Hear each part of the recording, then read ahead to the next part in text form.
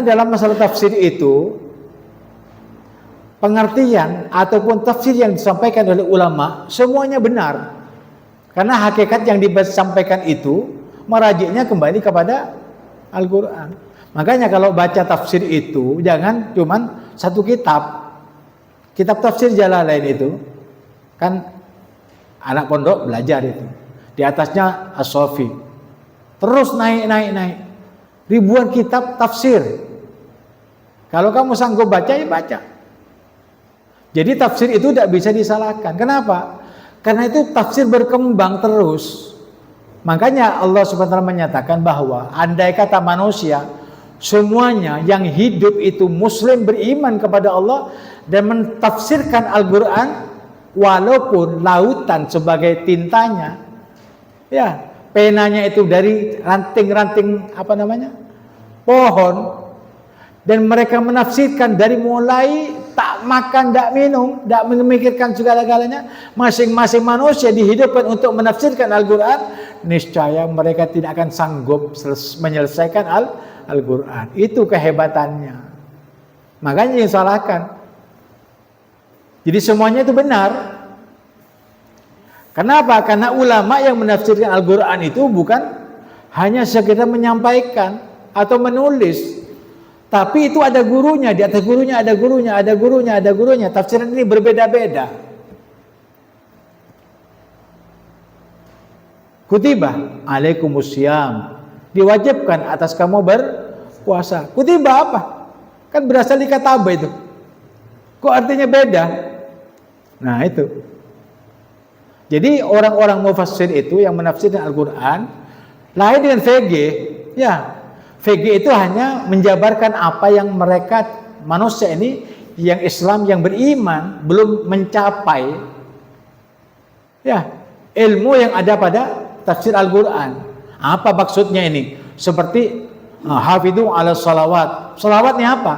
Yang dimaksud sini. Apa salawat kepada Rasulullah? Apa salat yang 5 waktu?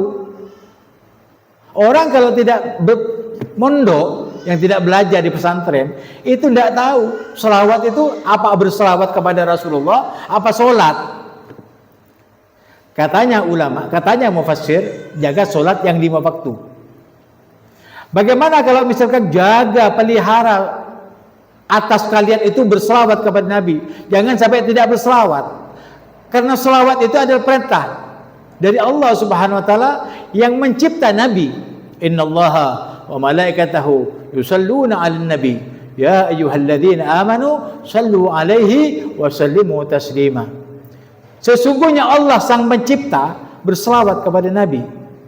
Masih kurang? Dari saking mulianya Nabi itu, penciptanya berselawat memberikan rahmat kepada Nabi, ditambah dengan malaikat yang tak pernah berdusta, yang tak pernah menyalahi janji dan melaksanakan apa yang Allah perintahkan kepada mereka. Mereka berselawat. Hei malaikat-malaikatku semuanya tanpa terkecuali, berselawatlah kalian semua kepada Nabi. Mereka berselawat. Sampai sekarang berselawat. Bagaimana kalau misalkan kita tidak mau berselawat kepada Nabi? Allah berselawat. Malaikat yang suci yang tak pernah berdosa berselawat. Yang berdosa tidak mau selawat, sholatnya tidak tepat, wudunya tidak tepat, syarat masuknya tidak, tentang masalah khusyuknya dia tidak tahu. Bagaimana kalau masalah banyak masalah syarat dan masuknya saja banyak itu. Selawat. Kalau di kitab-kitab itu syarat sholat yang artinya luar biasa itu, dari penjabaran sholat sampai para ulama mengatakan bahwa yang harus kita amalkan atau yang ada atau yang disampaikan oleh Nabi 800 sunnah yang ada pada sholat. 800 sunnah. Apakah kamu itu sudah belajar 800 sunnah itu untuk masalah sholat saja?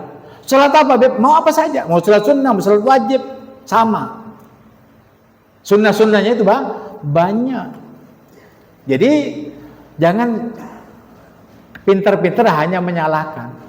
Sama dengan seperti pemain sepak bola, Ronaldo itu sudah bagus, Tapi kalau sudah di depan gawang, dia tidak bisa menggolkan, yang bodoh teriak, bodoh ini Ronaldo. Ya, Ronaldo itu bodoh. Sudah di depan gawang dia bisa. Nah, seperti itu. Jadi kalau menurut manusia, tidak ada manusia yang benar, semuanya salah. Jangankan kita, Nabi Muhammad tidak dibenarkan. Nabi Muhammad diingkari, Nabi Muhammad dikafiri. Itu manusia. Diingkari Rasulullah. Rasulullah berisra Mi'raj, diingkari. Rasulullah membawa Al-Quran, diingkari, tidak diterima itu Al-Quran. Itu tidak Nabi, apalagi kita sebagai penerus penyambung risalah daripada baginda Muhammad sallallahu alaihi wasallam. Kalau ada orang yang semacam itu, ulama itu harus apa? Tabah. Kenapa? Mesti banyak yang akan disampaikan, yang harus diberitahu kepada umat Nabi Muhammad sallallahu alaihi wasallam, karena orang Islam ini harus tahu secara jelas tentang masalah kedudukan Islam. Udkhulu fis silmi kafah. Itu masing-masing diperintah oleh Allah. Masuklah kamu kepada Islam yang sebenar-benarnya dengan sempurna. Dan bagaimana sempurna? Contoh saja, kalau misalkan ada orang belajar hanya 5 tahun, 10 tahun, jangankan 10 tahun, 100 tahun masih tidak sempurna. Itu menunjukkan apa? Manusia itu tidak sempurna memang. Al-insan mahlul khata' wa nisyan.